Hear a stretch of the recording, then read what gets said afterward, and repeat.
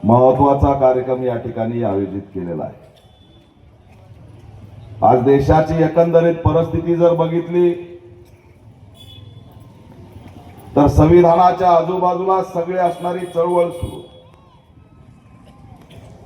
या संविधानाच्या अस्तित्वावरती अनेक प्रश्नचिन्ह निर्माण करणारे लोक सुद्धा निर्माण झालेले आहेत आणि संविधानाचं अस्तित्व टिकवण्याची वेळ आपल्यावरती आलेली आहे। आणि अशा परिस्थितीमध्ये संविधान बचाव संविधान क्रांतीचा नारा देणं गरजेचं आहे,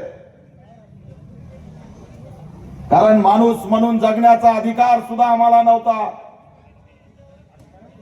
ज्या ठिकाणी कुत्रे मांजर जनावर पाणी प्यायचे तिथं सुद्धा पाणी पिण्याचा अधिकार आम्हाला नव्हता। महामानव डॉक्टर बाबासाहेब आंबेडकरांनी मोठ्या संघर्षातून अनेक सत्याग्रह लढे देऊन आम्हाला आत्मसन्मान स्वाभिमान आणि माणूस म्हणून जगण्याचा अधिकार दिला। त्यानंतर आदेश स्वतंत्र झाला, पण माझ्या समाजाला खरी आझादी कशी मिळणार? माझा समाज स्वतंत्र म्हणून या ठिकाणी कसा जगणार? मी बाबासाहेब म्हणून या ठिकाणी विद्वान आहे, शिकलोय, आतापर्यंत समाजाला सांभाळलं, पण माझ्यानंतर या समाजाचा वाली कोण? माझ्यानंतर हा समाज जगणार कसा? माझ्या समाजाचं होणार काय? या अनेक प्रश्नांनी बाबासाहेबांना घेरलेला असताना बाबासाहेबांनी आम्हाला आधार म्हणून आमचा आत्मसन्मान हजारो वर्ष जिवंत ठेवण्यासाठी भारतीय संविधान बहाल केलं। म्हणून संविधान महत्वाचे लक्षात ठेवा। म्हणून हे संविधान आज आमचा आधार आहे, संविधान आमची शान आहे, संविधान आम्हाला देणारा आत्मसन्मान स्वाभिमान आहे। या संविधानाने आम्हाला समानता दिली, माणुसकी दिली, मानवता दिली। हा देश अनेक तुकड्यामध्ये विभागला असता, कुणामध्ये हिंमत नव्हती, अनेक जाती अनेक धर्म अनेक भांडण, पण एक बाबासाहेबांचं संविधान गेल्या 75 वर्षामध्ये या भारताला एकत्र ठेवलं। ते असणारे बाबासाहेब ते लक्षात ठेवा।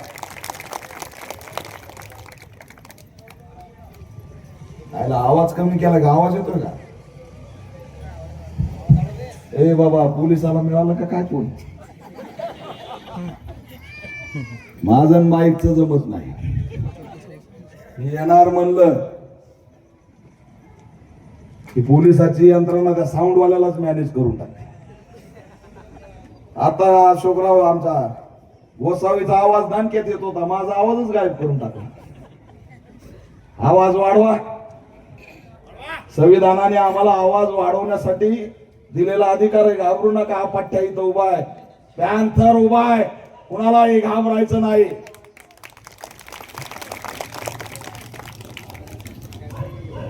आज या संविधानाला रोखण्याचं काम होतंय। लक्षात ठेवा, तुम्हाला आजचं जगणं जरी चांगलं वाटत असेल, पण येणाऱ्या काळात हे आरक्षण संपवायला निघालेली व्यवस्था, हे संविधान संपवायला निघालेली व्यवस्था पुन्हा आपल्याला गुलाम केल्याशिवाय राहणार नाही, एवढं लक्षात ठेवा। आज तुमची ताट स्वाभिमानाची जी मान आहे ती पुन्हा गुलामगिरीची मान झाल्याशिवाय राहणार नाही, लक्षात ठेवा। काय काय बनले त्या ठिकाणी? दादा मागे लोकसभेला एक फॅड आलं, 500 पार होंगे तो संविधान बदलेंगे।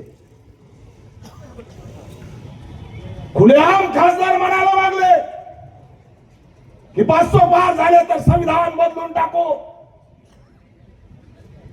पण संविधानवादी नरेंद्र मोदी मोहन भागवतला हिसका दाखवून ठेवला। ते 500 पार म्हणले, आम्ही 250वरच रोखलं आणि जाऊन तिथं नतमस्तक व्हावं लागलं संसदेमध्ये जाऊन। जागरूकता आहे आमच्यामध्ये, क्रांतिकारी माणसं आहोत आपण, झुकणारे माणसं नाहीत, विकणारे माणसं नाहीत, अन्याय सहन करणारे नाहीत। सिद्धनाथ महाराजची औलाद आहे। संविधान बदलण्याची हिंमत जरी कोणी केली तर जशाची तसं उत्तर दिल्याशिवाय राहणार नाही, एवढं लक्षात ठेवा. जागे व्हा. परिस्थिती बिकट होत चालली आहे.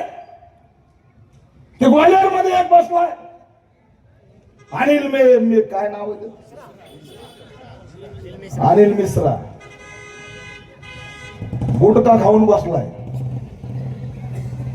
पान खात तिथंच थुकत आहे आणि त्यो नवे नवे शोध लावतो. बाबासाहेबांनी म्हणे संविधान लिहिलं नाही, कोणतरी अमुकनी लिहिलं, त्याचं नाव तरी कशाला घेऊ, त्याचं कुठं अस्तित्वच नाही. पण दिशाभूल करायची या आधुनिक सोशल मीडियाच्या माध्यमातून लोकांमध्ये अफवा पेरायची. वहां बैठ के ग्वालियर में बैठ के बोल रहा है कि बाबा साहब ने संविधान नहीं लिखा, तोंड भी असं आहे त्याचं पोपटावणी, तूच माझी लांब असं नाक येऊन तोंडात घुसलंय. असे कुठं माणसं असतात का? त्याच्या आलं इकडं असताना 2 झापडीत पार्टी करून टाकला असता 3 जाग्यावर. पण ते तिकडे बसलंय ग्वालियर मध्ये त्या सरकारच्या पोलिसांच्या हद्दीत. हे फक्त पोलिसांच्या घराण्यात बोलू शकतात, यांच्यात हिंमत नाही मैदानात येऊन बोलायचे.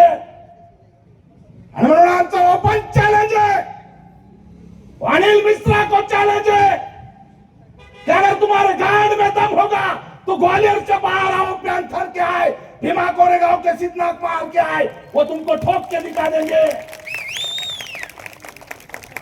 है दम तो आ जाओ ग्वालियर के बाहर. जो जो संविधान के खिलाफ बात करता है उनको मेरा ओपन चैलेंज है. इस यवतमाल से, नागपुर भूमि से, बाबा साहब के क्रांति की भूमि से अगर दम है तो सामने आ जाओ, तारीख बताओ, टाइम बताओ. तुम्हारा खात्मा नहीं किया तो हमारा नाम बदल के रखो. बंद करो ये नौटंकी. नहीं चलेगी किसी की दादागिरी. ये संविधान हमारा आत्मा है, सब कुछ संविधान है. ये छोटे छोटे बच्चे जो बैठे हैं उनके लिए हमें संविधान जिंदा रखना है.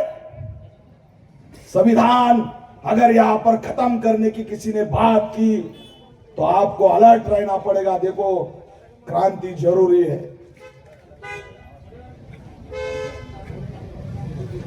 काय झालं रे?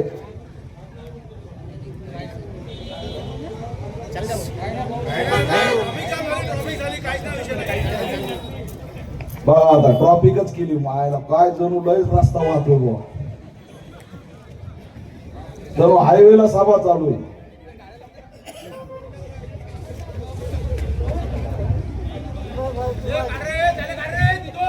चल राहू दे.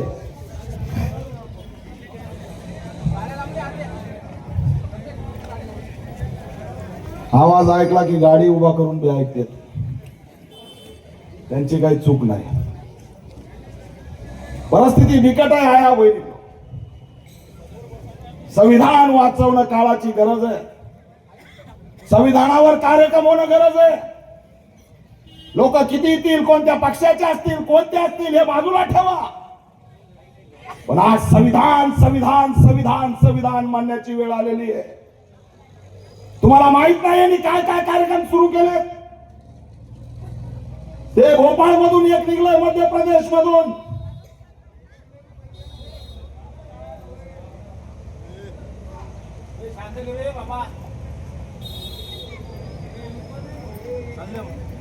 तिकडून निघलं एक. ए बस रे, काय नाही, बसा, येऊ आजी बसा, काय टेन्शन घेऊ नका, मी आहे ना.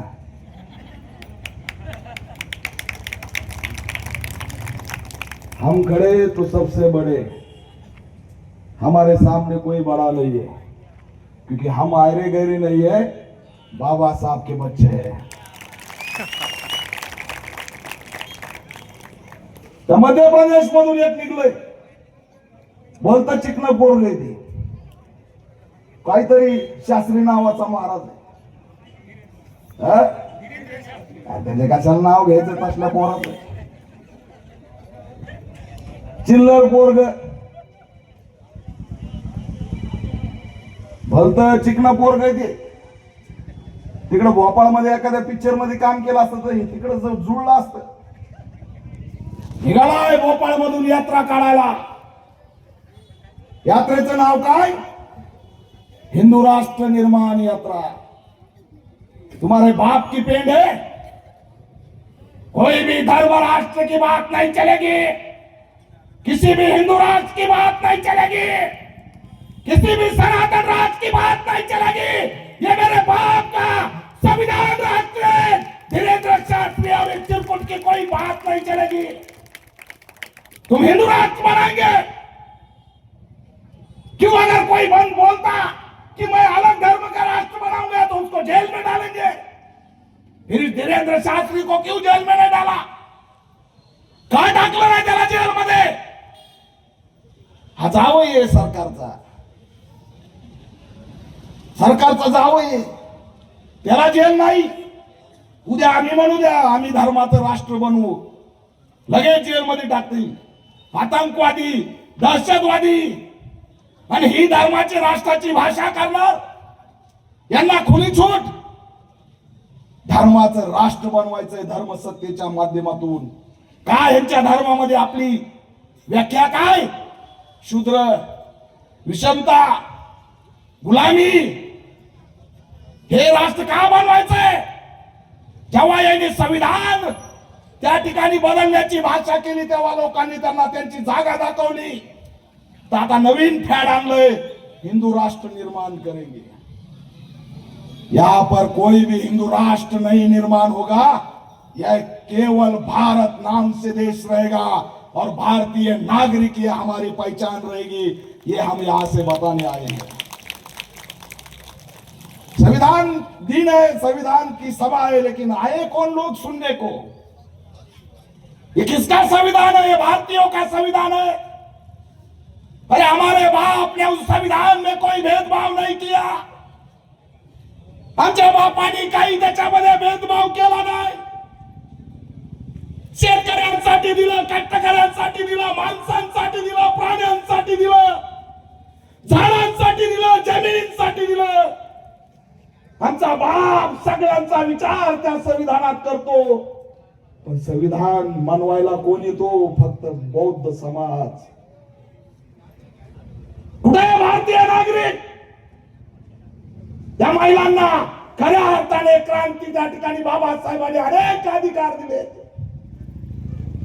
महिला जर आज सन्मानाने जगत असेल तर ती बाबासाहेबांची देण आहे. तुमच्या इथं अनेक, मला वाटतंय नगराध्यक्षाला महिलाला पद सुटलंय का? कुणाला सुटले? महिला बऱ्या दिसत्या पाहिजे. महिला, ते 2 महिला दिसल्या का? या कुणामुळे उभा आहे? या देशात आज महाराष्ट्रात निवडणूक आहे, हजारो महिला लढतायत. ती देण बाबासाहेबांनी दिली आहे, जाती धर्माच्या पलीकडे जाऊ. महिला म्हणून विचार केला, पण ते काय विचार करतायत? संविधान हे बाबासाहेबांनी दिलंय, त्यांचाच कार्यक्रम दिसतोय. किती गंभीर आहे. याला जाणीव सुद्धा नाही. जर संविधान नसलं तर गुलामी येईल, आणि गुलाम फक्त आम्ही होणार नाही, गुलाम इथला प्रत्येक भारतीय बहुजन झाल्याशिवाय राहणार नाही. ज्यांना संविधान नकोय त्यांचा धर्म पोटातून जातोय, आणि पोटातून जाणाऱ्यांची संख्या 3.5%. हे 3.5% 85% गुलाम करतील याची जाणीव सुद्धा राहिलेली नाही. आणि म्हणून आज आपल्याला या ठिकाणी हे संविधान वाचवण्यासाठी आपल्याला पुढे यावं लागेल. मित्रांनो, परिस्थिती बिकट झालेली. या देशात अनेक प्रश्न आहेत. दलित अत्याचाराचे प्रश्न आहेत. अनेक ठिकाणी मी जातो, बरेच प्रकरण हाताळतो. या राज्यामध्ये सुद्धा आम्हाला नाकारलं जातं. आताच माझ्या सहकार्याने सांगितलं की यवतमाळच्या त्या ठिकाणी वाशिमला त्या गावाचं नाव होतं अंबापूर. 15-16 वर्षाची आमची लेक त्या गावामध्ये जगत असताना केवळ गरीब घर आहे, बौद्ध समाजाचे, आणि म्हणून त्यांना असणारं तिथं डिवचण्याचं काम केलं. तिच्यावरती वाईट नजर टाकली 3 नराधमांनी. अनेक महिने तिला असणारं छळण्यात आलं. शेवटी बाजाराचा दिवस होता, आई वडील बाजाराला गेले आणि हे 3 नराधम घरात घुसले. लहान्या भावाला हाणून पाठवलं आणि तिच्या सोबत दुष्कर्म करून तिला फाशीवर लटकवलं. कुणीच गेलं नाही त्या अंबापूरला. अरे राखीव मतदारसंघातून निवडून आलेला आमदार, तो भाजपचा आमदार आहे, तो सुद्धा तिथं गेला नाही. कोणता नेता तिथं गेला नाही, कोणता पुढारी तिथं गेला नाही. त्या ठिकाणी धावून जाण्याचं काम या पॅन्थर दीपक केदारने केलं म्हणून ती घटना बाहेर आली. आम्ही तुला न्याय द्यायचं काम केलं, पण न्याय मिळाला ना. त्या खामगावमध्ये एक रोहन पैठणकर नावाचा तरुण हॉटेलवरती काम करत होता. वडील नाही, 11:30 वाजता त्याची ड्युटी सुटली. त्याची आई घरी वाट बघत होती. स्वयंपाक करून माझं पोरग ड्युटीवर येईल आणि जेवण करून झोपल. तिच्याकडे बिचारीकडे मोबाईल सुद्धा नव्हता. जशी ड्युटी झाली, पोरग घराकडे निघालं, पायी पायी घराकडे निघालं. मध्ये 5-6 जणांनी त्याला अडवलं. त्या 5-6 जणांनी अडवून त्याला उचलून गाडीवर टाकून मैदानात नेलं. त्या मैदानात नेऊन त्याला मारत राहिले. त्याला एक प्रश्न विचारत होते की तू गाय चोर आहेस. काय विचारत होते? गाय चोर आहेस. त्याला प्रश्न विचारायचे, तू गाय चोर आहेस, तू गाय चोरतो. ते म्हणला, अरे बाबा मी जय भीमवाला आहे, बाबासाहेबांचं लेकरू आहे, मी गाय चोरत नाही, मी हॉटेलवरून काम करून माझ्या घरी चाललोय. माझी आई त्या ठिकाणी वाट बघते, मला जाऊ द्या, मला मारू नका. पण त्या आरामखोर आतंकवाद्यांना कसली जाणीव नव्हती. कुणी दगड टाकायला लागलं, कुणी मारायला लागलं आणि व्हिडिओ सुद्धा बनवायला लागले. आता त्या रोहनचा डोळा सुद्धा निकामा झाला. डोक्यामध्ये दगड टाकला, हात मोडला, तरी सुद्धा हात जोडून म्हणायचा, मी जय भीमवाला आहे, मी बौद्ध आहे, मी गाय चोर नाही बाबा हो. पण त्या नराधम हरामखोरांना काही आठवलं नाही. ते मारत राहिले, रडत राहिला. शेवटी तुम्हाला माहित आहे त्यांनी काय केलं. हा महाराष्ट्र आहे, बाबासाहेबांचा महाराष्ट्र, संविधानाचा देश. आणि या देशामध्ये आमचा असणारा रोहन पैठणकर शेवटला त्याच्यासोबत जे केलं ते भयंकर होतं. ना ते बातम्यात आहे, ना टीव्हीत आहे, ना अधिवेशनात आहे, ना कोणता नेता तुमच्या समोर येऊन बोलतोय. त्याला म्हणले याचा धर्म चेक करा. आणि धर्म चेक करण्यासाठी त्याची पॅन्ट काढली, त्याला नग्न केलं आणि त्याचा प्रायव्हेट पार्ट तपासायला लागले की याचा धर्म बघा कोणता आहे. 2 महिने झाले या घटनेला. शेवटी कसा तरी जीव वाचवला. मरता मरता तो राहिला. त्या ठिकाणी मी धावून गेलो म्हणून ते प्रकरण राज्यव्यापी झालं. पोलिसांना धारेवर धरलं आणि काही मिनिटात सगळ्या आरोपीला अटक व्हावं लागलं. कॅन्सरची गरज काय? निवडणुका येतील, राजकीय पक्ष उभा राहतील, अनेक होतील. पण तुम्हाला एक सांगतो, या महाराष्ट्रात जर आपलं अस्तित्व जीवन ठेवायचं असेल तर आंदोलनाची ताकद आपल्याला मजबूत करावं लागेल. पॅन्थरची ओळख मजबूत करावं लागेल. सत्ता आली तर सगळं बदलून टाकू, पण जोपर्यंत सत्ता येत नाही तोपर्यंत निधड्या छातीने या जातीवाद्यांच्या विरोधात बंड करू, हे असणारं आव्हान मी या माध्यमातून करतो. खूप भयंकर आहे. ह्या मालेगावच्या डोंगराळे गावात परवा दिवशी मी जाऊन आलो. काय असती हो 4.5 वर्षाची मुलगी. सांगा ना तिची जात कोणती, धर्म कोणता. बोला ना, हिंदू राष्ट्र निर्माण करायला निघाल्यानं बोला ना. सांगा आम्हाला त्या मुलीची जात कोणती होती, तिचा धर्म कोणता होता. ती हिंदू नव्हती का? का ती सुरक्षित नाही? अरे रस्त्यांना चाललेली लहान लेकरू उचललं, त्या नराधमाने दुष्कर्म करून सोडून दिलं असतं तरी बरं झालं असतं. निदान तिला वाचवता आलं असतं, पण तिच्या तोंडावर भला मोठा दगड मारला. त्याने दगड जो मारला तो दगड एवढा भयानक होता की त्या चिमुरडीचा चेहरा असा सपाट झाला होता. मी जाऊन आलो, आई बाप रडतायत, न्याय न्याय म्हणतायत. मी गेलो, अनेक जण गेले, पण ज्यांच्या हातात राज्य आहे तो गृहमंत्री नाही गेला. त्याला महत्वाचं काय? निवडणुकीचा प्रचार. कोणत्याच अत्याचाराला त्यांनी भेट दिली नाही.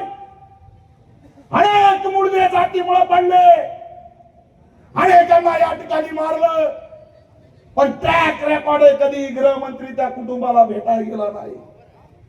अरे आमचा गृहमंत्री त्या बिहारच्या निवडणुकीत प्रचाराला जातो, पण त्या चिमुरडीच्या घरी तिच्या आई बापाला भेटायला जात नाही. ही व्यवस्था आहे, भयंकर व्यवस्था आहे. त्या मुस्लिम समाजाचा सुलेमान खान जामनेरला मारला. अरे मारण्याची थोडी काहीतरी दया माया सुद्धा राहिलेली नाही. त्याच्यावर काहीतरी जिहादचा आरोप लावला. जामनेर मधून पोरगा उचलला, 4 गावाच्या चौकात नेला. प्रत्येक चौकात न्यायचे, लोक जमा करायचे आणि हे त्याला मारत राहायचे. पुन्हा ओमनीच्या गाडीत टाकायचे, पुन्हा दुसऱ्या गावातल्या चौकात न्यायचे, पुन्हा मारायचे.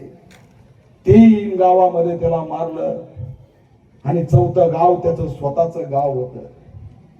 त्या गावात, स्वतःच्या गावात चौकामध्ये त्याला मारायला सुरुवात केली. 4थ्या गावात येईपर्यंत तो सुलेमान आमचा फक्त त्याच्या अंगावरती अंडरवेअर राहिली होती, सगळे कपडे काढून फेकले होते. रक्तबंबाळ त्याच्या अंगावर सगळे गोळ होते. त्याच्या आईला कळालं की माझ्या पोराला आपल्या चौकात मारते. आई बाप त्याचे आजोबा धावत गेले आणि ती आई शेवटी 17-18 वर्षाचं स्वतःचं पोरग बिचारी घाबरली नाही. त्या 10-12 जणांमध्ये घुसली. त्या पोराला ती धरून पोटामध्ये ओढायची, अशी मिठी मारायची. हे हरामखोर आतंकवादी टेररिस्ट त्याला पुन्हा तिच्या आईच्या पोटातून काढून घ्यायचे. ती पुन्हा त्याच्यावर झडप मारायची, ते पुन्हा त्याला काढून घ्यायचे. मी ज्या वेळेस त्या आईला भेटायला गेलतो त्यावेळेस तिचे दोन्ही हात रक्तबंबाळ झाले होते. आपलं पोरग वाचवण्याच्या धडपडीत आणि त्यांनी ओढण्याच्या धडपडीत तिचे दोन्ही हात नाकाने रक्तबंबाळ केले होते. शेवटी ती सुद्धा हरली आणि तिच्या डोळ्यात देखत लेकरू तडफडून मारताना पाहत बसली. कोणता महाराष्ट्र आहे? काय चाललंय या देशात? जेव्हा ते मारून पळाले तेव्हा ही तोंडाजवळ गेली तर त्याच्या तोंडाचा वास येत होता लघवीचा.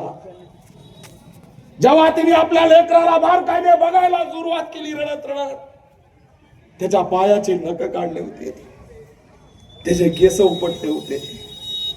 कोणत्या महाराष्ट्रात जगतोय? ही मनुवादी व्यवस्था तुम्ही ओळखणार आहात की नाही? तुम्ही एवढे शून्य कसं काय होऊ शकता? तुम्ही एवढे गाफील कसं काय होऊ शकता? अरे तुम्हाला राग काय येत नाही? या सरकारला प्रश्न काय विचारावा वाटत नाही? तडफडून आपले माणसं मारले जातात. काही लोकांना पुढे पाठवून दुसरा मुद्दा काढायला लावतात आणि हा मुद्दा दाबायला लावतात. आम्ही त्याच मुद्द्यात जिंदाबाद मुर्दाबाद करतो, पण माणसं मरत चाललेत हे कुणीच बघत नाही. त्या गावात मी जाणारा पहिला होतो, आधी पक्केदार. त्या गावात गेलो, जीव मुठीत घालून गेलो, घाबरलो नाही. आणि तिथं जाऊन मनुवाद्यांना ललकारलं की दलित असो, मुस्लिम असो, आदिवासी असो, तुमच्यात हिंमत असेल तर आता या, इथं पॅंथर उभा आहे. पण हे पळपुटे हे एकटात हल्ला करतात. तुम्हाला जाग व्हावं लागेल आया बहिणींनो. तुम्ही जागे नाही झालात हे माझ्या अंगावर जॅकेट आहे. अनेक आया बहिणींचं रक्त आणि घाम या ठिकाणी लागलेला आहे. गळ्यात पडू पडू रडतात, आपल्या वेदना सांगतात. प्रेम केलं म्हणून त्याला मारलं, या ठिकाणी नांदेडला मातंग समाजाचा आमचा एक पोरगा आणि धनगर समाजाची पोरगी, प्रेम आंधळ असतं, प्रेम अमुक असतं, प्रेम तमुक असतं, हे असं सगळं ऐकलेलं बिचाऱ्यांनी प्रेम केलं. एवढं भयंकरपणे त्यांना संपवलं, तुम्ही विचार सुद्धा करू शकत नाही. का तर तो मातंग आहे. एवढी निर्दयी कसे असू शकतात लोक, एवढी निर्निस्त यंत्रणा आणि सरकार कसं काय असू शकतं. त्या पोराला बोलून घेतलं, पुरीच्या मोबाईल वरून घात केला. ते पोरग तिच्या गावात गेलं, दोघाला सोबत धरलं. रात्री नाही, त्या ठिकाणी संध्याकाळी नाही, आडबाजूला नाही, तर भर दिवसा ढवळ्या सकाळी गावासमोर त्यांचे हात बांधले, दोघाचे पाठीमाग दोघाचे हात बांधले, दोघाच्या हाताला रस्सीने बांधलं आणि त्यांना गावातून घेऊन चालले. त्या पोरीचं कुटुंब त्यांना घेऊन चाललंय. आपल्यासारखे सगळे तरुण व्हिडिओ शूटिंग करत होते. अनेक तास, 3 तास गावातून फिरवलं. 112 नंबर पोलिसांचा कोणीच लावला नाही. 3 तास फिरवलं. 3 तास फिरवल्यानंतर गावाच्या बाहेर गेलं, हात बांधले, पाय बांधले आणि दोघाला पण विहिरीत ढकलून दिलं. आम्ही व्हिडिओ काढले, व्हिडिओ, पण आम्ही फोन नाही केला. त्या अंबानीच्या दारात काहीतरी जिलेटिनच्या कांड्या निघल्या म्हणून सगळी यंत्रणा कामाला लागली काही सेकंदात. पण 3 तास यांना फिरवलं, पोलीस जागी झाली नाही. हे सुनियोजित आहे, हा कट आहे. बाबासाहेबांनी दिलेला प्रत्येक अधिकार शूटिंग करून मारला जातोय, हे सोपं नाही. अरे विहिरीमध्ये हात पाय बांधून टाकल्यावर जगणार कसे, आणि पुन्हा प्रेत कसे काढतायत याच्यासाठी मीडिया आली हो लाईव्ह दाखवायला. पुन्हा गाव जमा झालो ते प्रेत काढण्यासाठी. त्याची सुद्धा शूटिंग आमच्या राज्यात झाली. काय चाललंय या महाराष्ट्रात, तुम्ही जर आज जागे झाले नाही ना तर लक्षात ठेवा, येणारा काळ खूप भयंकर आहे, खूप भयंकर काळ आहे. तुम्हाला एकजूट राहावं लागेल, संघटित राहावं लागेल, आपल्या माणसावरती जीव लावावा लागेल, आपल्या लेकरांना सांभाळावं लागेल. यांना न्यायालय संपवायचंय, यांना पोलीस संपवायचे, यांना संविधान संपवायचंय म्हणून हे घटना घडवायला निघाले. साहजिकच आहे. 4.5-5 वर्षाचं लेकरू असं मारल्यावर माणूस काय म्हणतो माहितीये का? चहा पितानी, कायदा काही कामाचा नाही हो. काय म्हणतो, काय म्हणतो माणूस? मी तुम्हाला बोलतोय, काय म्हणतो? कायदा काही कामाचा नाही.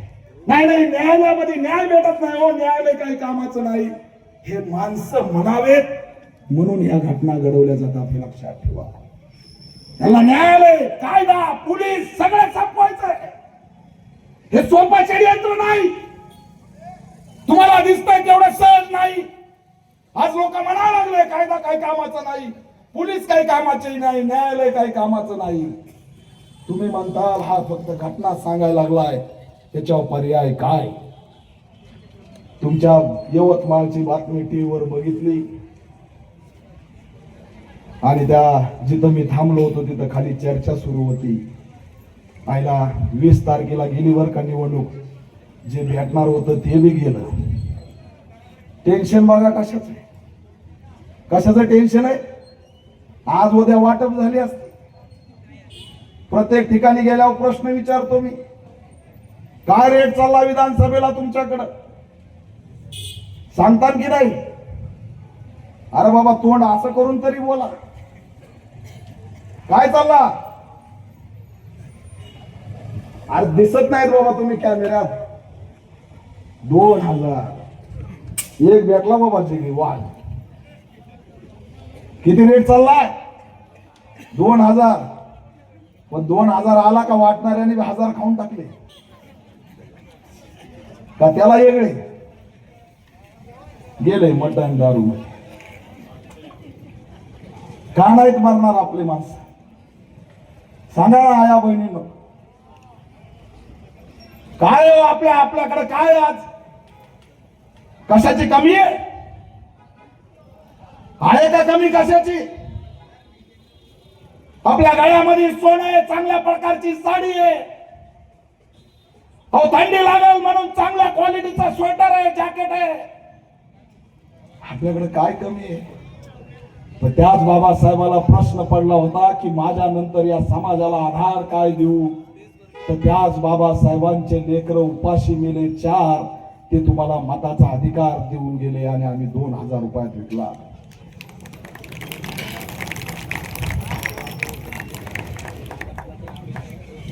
रमाई माहिती आहे तुम्हाला? जा तुम्ही घरी गेलात ना, हे भाषण ऐकून फक्त रमाईच्या डोळ्यामध्ये बघा. फोटो असेल ना घरात, किती जणांच्या घरात फोटो आहे? सगळ्याच्या.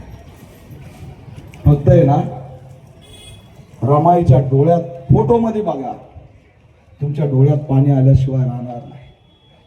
किती डिजिटल असू द्या, किती काही असू द्या, रमाईचे डोळे तुम्हाला रडवल्याशिवाय राहत नाही. हो, तिच्याकडे साडी नव्हती म्हणून स्वागताचा फेटा तिने साडी म्हणून घातला, आणि खायला काही नव्हतं म्हणून आतडे मोकळे राहिले आणि टीव्ही होऊन रमाई मेली. तिने महासूर्य घडवला. तुमच्या गळ्यामध्ये सोनं आहे, कपडे आहेत, जॅकेट आहे, स्वेटर आहे, सगळे. त्यागाची परिसीमा काय? तर नमरा इथं नाही, एक एक लेकरू मांडीवर पटापट मरतय. आता या कार्यक्रमातून तुमचं एखादं छोटं लेकरू कुठंतरी एखाद्या गल्लीत गायब झालं तर तुम्ही या माईक वर येऊन कितीदा सांगा की माझ्या लेकराचं नाव घेऊन सांगा कुठे माझं लेकरू. 4 लेकरं एखाद्या माऊलीच्या मांडीवर मरत असतील तर त्या वेदना काय असतील? उपाशी राहून जर जगावं लागत असेल तर त्या वेदना काय असतील? तुमच्यासाठी महासूर्य बाबासाहेब सारखा घडवला. आज तुमच्या पाया पडतात उमेदवार येऊन, उमेदवार तुमच्या पाया पडतात, त्या रमाईमुळे पाया पडतात, त्या बाबासाहेबांनी घडवलेल्या 4 लेकरामुळे पाया पडतात. आणि आम्ही मतदार विकून बसलोय. का मुर्दे पडायचे नाही? का ही गुलामी येणार नाही? का संविधान जाणार नाही? अरे फाडून टाका त्या नोटा. निवडणुकीला कोणी माईचा लाल नोटा घेऊन दारात आला तर त्याच्या कमरात लाथा घाला आणि व्हिडिओ काढा त्याचा, आणि त्याला सांगा अरे कोण लागून गेला, तुझ्या अवकात काय? त्या काळात, बाबासाहेबांच्या काळात एकही देशात माईचा लाल नव्हता जो बाबासाहेबांसारखा सुटाबुटात राहत नव्हता. एकही नव्हता.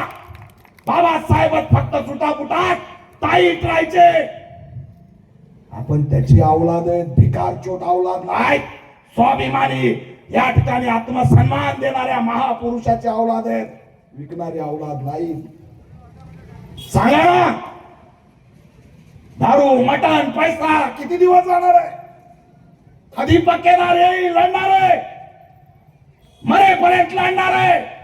या रस्त्यावरती ज्या दिवशी मरण येईल त्याच दिवशी मी थांबणार आहे, थांबणार नाही. पण तुम्ही कधी सुधारणार आहे हे लक्षात घ्या. तुम्हाला सुधारावं लागेल. मतदान विकू नका, बाबासाहेबांचा अवमान करू नका. मला अनेक जण म्हणतात आरएसएसला कसं संपवायचं. मी म्हणलं माझ्याकडे फॉर्म्युला आहे. आरएसएसची सत्ता घाला, आरएसएस अपंग झाल्याशिवाय राहणार नाही. सत्तेमुळे त्यांना मस्ती आहे, दुसरं तिसरं काही नाही. काहीच करू नका. कुणामुळे दिसतंय दूरदर्शनला आरएसएस? आज दूरदर्शनला आरएसएस कुणामुळे दिसतंय? सत्तेमुळे दिसतंय. आरएसएसला पोलिसांचं संरक्षण कुणामुळे? सत्तेमुळे. आरएसएसला पैसा सरकार कुठून देते? सत्तेतून देते. आणि सत्ता घालवण्याची चावी कोणती आहे? वोट आहे, वोट. पण आम्ही रेट लावून बसलो आणि हा रेट आमच्या बरबादीचा सिंबॉल आहे. गुलाम झाल्याशिवाय राहणार नाही. या रेटला लात मारा आणि बाबासाहेबांनी दिलेल्या वोटला सांभाळा, तरच आपलं अस्तित्व जिवंत राहणार, तरच आरएसएस संपणार. काही नाही त्यांच्याकडे. आता आता सुधारले पॅन्टीवाले. काय त्यांच्याकडे नाही तर चडी होते. ते नागपूरचा एक गडी जाड जुडे, तो चडीवर गडी घालून बसला तर आणखीच लापडा व्हायचा. ते जे व्हायरल झाले तेव्हापासून ते पायाची गडी बी घालीत नाही, पॅन्ट आली तरी घालीत नाही. काय त्यांच्याकडं सगळं काही भुसाय. पण तुम्हा आम्हाला विकत घेऊन सत्ता मिळवून या ठिकाणी ताकद वाढवायला निघाले. आज तुमचं सगळं गाव भुई सपाट करायला निघाले. अहो इथं चंद्रपूरला व्हिडिओ व्हायरल झाला, बघितलाच नाही लय जणांनी. एका जमिनीच्या उत्खननामध्ये तो त्याची प्लॉटिंग पाडत होता. डायरेक्ट स्तूप निघायला लागले, स्तंभ निघायला लागले. 5 ते 7 फुटाची एक गौतम बुद्धाची मूर्ती निघली, सम्राट अशोककालीन. हरामखोर साला घाबरून गेला. त्याला वाटलं हे जर माहीत झालं तर कसं होईल. जेसीबीनी मूर्ती आडबाजूला नेली, लिंबाच्या झाडाच्या बाजूला, आणि तिकडं ते मूर्तीचं मुडकं उडवलं, एक हात मोडला, हात तोडला. तो व्हिडिओ व्हायरल झाला. 15 वर्षापूर्वी तिथंच एक छोटी मूर्ती निघली होती. 15 वर्ष समाज लढत होता की या जमिनीत काहीतरी आहे, पण ऐकलं नाही, सरकार आमचं नाही. शेवटी त्यांनी प्लॉटिंग पाडायला घेतली. 7-7 फुटाच्या मूर्त्या निघल्या, स्तूप निघले, पण सरकारने त्याची न्यूज सुद्धा दाखवली नाही. ती जागा आमच्या ताब्यात दिली नाही. काय झालं, महाबोधी बुद्ध विहाराचं आंदोलन लढतोय, पैसा आम्ही टाकतोय, ब्राह्मण खिशात घालते, सगळे लोक त्यांचे बसले. आमचं अस्तित्व काय. अरे मंदिर खोदायला निघले, तिथं सुद्धा स्तूप निघलं, पण सत्ता असल्यामुळं काहीच करता येत नाही. त्याच्यामुळे तुम्हाला सगळं जर मिळवायचं असेल तर या सत्तेशिवाय पर्याय नाही, लक्षात ठेवा. आज आरक्षण धोक्यात आलंय. आरक्षणामुळे आपलं अस्तित्व आहे. ते एक म्हातारा माणूस आहे, असं डोळा करीत आहे वर. बघित किती जणांनी बघितलंय. काहीतरी कोणता जगत गुरु नाही, दोन्ही डोळे असं करते.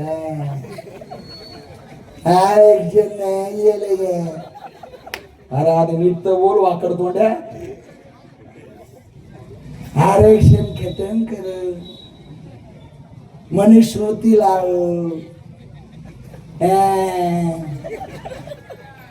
हिंदू राष्ट्र बना. तुम्हारे बाप की पेंट है क्या? इधर नहीं चलेगा. खुद के आंखें ठीक नहीं कर रहा, बोल रहा हिंदू राष्ट्र बना. और कुछ कर और खुद के आंखें ठीक कर. ये लोग गुमराह कर रहे और उनको टीवी पे दिखा रहे. क्या चैनल वाले हिंदी, महाराज जी क्या कहते हैं. अरे आम्हाला यांना विचारायला, आम्हाला नाही विचारणार कोणी टीव्ही वाला, येड्या गाबाळ्याकडे जाईल. और वो बोलता आरक्षण खत्म करो, मनुस्मृति लाओ, हिंदू राष्ट्र लाओ. ये जो है ना अंधा कोई जगत गुरु, उसको बताना चाहता हूं कि ये देश संविधान का देश है. हमारे बाप ने हमको आरक्षण दिया है. जब तक जातिवाद रहेगा तब तक मेरे बाप ने दिया वाला आरक्षण भी जिंदा रहेगा. ये मैं आज से ऐलान करता हूं. नहीं चलेगी दादागिरी. ये कौन जगत गुरु है? ऐसे बहुत सारे आते. इसलिए आपको जिंदा होके जीना पड़ेगा. थाट मानाने जगा, स्वाभिमानाने जगा. यवतमाळच्या टीमचं तुम्ही टाळ्या वाजून स्वागत करा की हा कार्यक्रम त्यांनी ठेवून एक जिगर दाखवलंय. आमचा सचिन काळे, राज, हे सगळे या यवतमाळच्या भागात कुठं काही झालं फोन केला की धावत जातात. याच खाली गेलं की एक गाव आहे, खासदार आहे तिथला, जातीवादी खासदार, काय नाव आहे त्याचं, काहीतरी संजय देशमुख. कोणत्या गावात गेलो आपण? आंबापूर. झेंडाच काढला तिथं, गळवा झेंडाच काढून टाकला. आम्ही एसपी ला बोलतोय, खासदाराला बोलतोय, सगळ्याला बोलतोय. आया बहिणी आंदोलन करताय, तिकडे येऊन उपाशी एका विहारामध्ये थांबल्यात, लॉंग मार्च काढलाय. काय म्हणले? त्या ठिकाणी आम्ही सगळे, सचिननी मला सांगितलं, धावून गेलो. त्यानंतर त्या आया बहिणीला धीर आला आणि तो प्रश्न मार्गी लागला. फोन करतो तुम्हाला. ही चळवळ जिवंत ठेवा, लढा, पेटून उठा, काही राहिलेलं नाही. हेच नागपूरचा इकडला बावनकुळे, चंद्रशेखर बावनकुळे सगळ्या गायरान जमिनी ताब्यात घ्यायला लागलाय. सगळ्या आपला सामाजिक न्याय हिसकून घ्यायला लागले. अनेक जण गुलाबी जॅकेट बी घालून आपले. लाडली बहीण योजना आली का खात्यात? लगेच खुश झाल्या. हो आली आली बाया. दादानी टाकली. दादा लय चांगले गुलाबी जॅकेट वाले. ते बी आता प्रचारात काहीच बोलत नाही. ते आता तो लाली बहीण टाकली का नाही सांगा माझ्या बहिणीनो. बहिणी वाणाची टाकली टाकली. आली दादा. अरे बा कुठून आली, कशी आली? तुम्हाला घरकुलाची एक योजना आहे की नाही? मी आवाज देतो, खालून आवाज द्या. घरकुल मिळतं का नाही रमायचं? जोरात आवाज द्या. घरकुल मिळतं का नाही? तुम्हाला नाल्या हॅलोजन मिळतो का नाही? मिळतो म्हणा थोड्या वेळासाठी. नाही म्हणलं तरी चालतं. शिष्यवृत्ती लेकराला मिळती का? तुम्हाला माहिती आहे, जर आपल्या माणसाला गावामध्ये जातीवाद झाला, त्याचं डोकं फोडलं, मर्डर झाला, तर त्याला लढायला सामाजिक न्यायाचा एक निधी आहे. कारण तो गरीब असतो, तरतूद केली की बाबा कायद्याने लढणार कसा. मग त्याला काय केलं, अॅट्रॉसिटीच्या ह्याच्यामध्ये तात्काळ त्याला 1,50,000 2 लाख रुपये सामाजिक न्यायाच्या विभागातून दिलं जातो. आता मी उद्या कार्यकर्त्याला पाठवतो आणि अनेक जर कार्यकर्ते मला ऐकत असतील तर त्यांनी जावं यवतमाळच्या सामाजिक समाज कल्याण आयुक्ताकडे उद्या जावं आणि त्याला विचारायचं की अॅट्रॉसिटी ऍक्ट मधल्या किती लोकांना तुम्ही पैसे दिले. प्रत्येक जिल्ह्यात किती फायली प्रलंबित आहेत? 500 फायली. म्हणजे 500 जण हल्ले झाले, त्यांना 1 रुपया मिळालेला नाही. त्यांनी लढायचं कसं? आता तुम्ही म्हणता हे का सांगतोय? मी याच्यासाठी सांगतोय कारण लाडली बहीणला 5,000 कोटी रुपये कोणते दिलेत माहिती तुम्हाला? हे पैसे दिले जे आपल्या शिष्यवृत्तीचे, जे आपल्या घरकुलाचे, जे आपल्या शिक्षणाचे, जे आपल्या वसतिगृहाचे. या गावामध्ये तुमच्या जर कुणी जर नथ वर करून फिरणाऱ्या लाडल्या बहीण असतील ना, तर तिला विचारा तुझ्या जर पैसे आले ते तुझे नाही, माझ्या लेकराचे, शिक्षणाचे, सामाजिक न्याय विभागाचे, बाबासाहेबाचे, हे ठाणकावून सांगा तिला. 5,000 कोटी रुपये वळवले. 5,000. सामाजिक न्यायाचं अस्तित्व धोक्यात आलंय. गायरान जमीन हिसकावून घेतली. गाव कुसात अत्याचार सुरू आहे. एक ठिणगी टाकली की महाराष्ट्र पेटून टाकतात आणि आपल्या तरुणांवरती 50,000 तरुणांवरती गुन्हे दाखल करतात. त्यांचं आयुष्य बर्बाद. भीमा कोरेगाव मध्ये 45,000 तरुणांचं आयुष्य बर्बाद झालं. किती? परवा दिवशी एका गावात गेलतो, मला नोटीस घेऊन आले. तुम्हाला वाटतंय संपलंय? त्या गावातले रांजणगाव वाळूचं ते गाव आहे औरंगाबादच्या बाजूला. 32 जणांवर 307चा गुन्हा दाखल केलाय. कधी? भीमा कोरेगाव मध्ये. आणि त्याचं वॉरंट निघलंय परवा दिवशी. किती गंभीर आहे. संविधान फोडलं, बाबासाहेबांची विटंबना केली. सोमनाथ सूर्यवंशी आमचा लढाय लागला, त्याला ताब्यात घेऊन मारून टाकलं.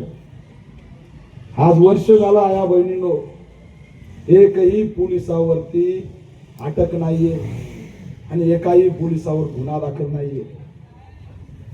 तो सोमनाथ सूर्यवंशी दिवसभर हॉस्पिटलमध्ये पडून होता परभणीच्या, आणि दुपारच्या नंतर ती बॉडी आली छत्रपती संभाजीनगर औरंगाबादच्या सरकारी दवाखान्यात. दिवसभर त्या परभणीत बॉडी होती, त्या बॉडीचा कुणी फोटो काढू शकलो नाही. म्हणजे यावेळेस ती आमच्या औरंगाबादच्या रुग्णालयामध्ये आली, छत्रपती संभाजीनगरच्या रुग्णालयात ती बॉडी आली.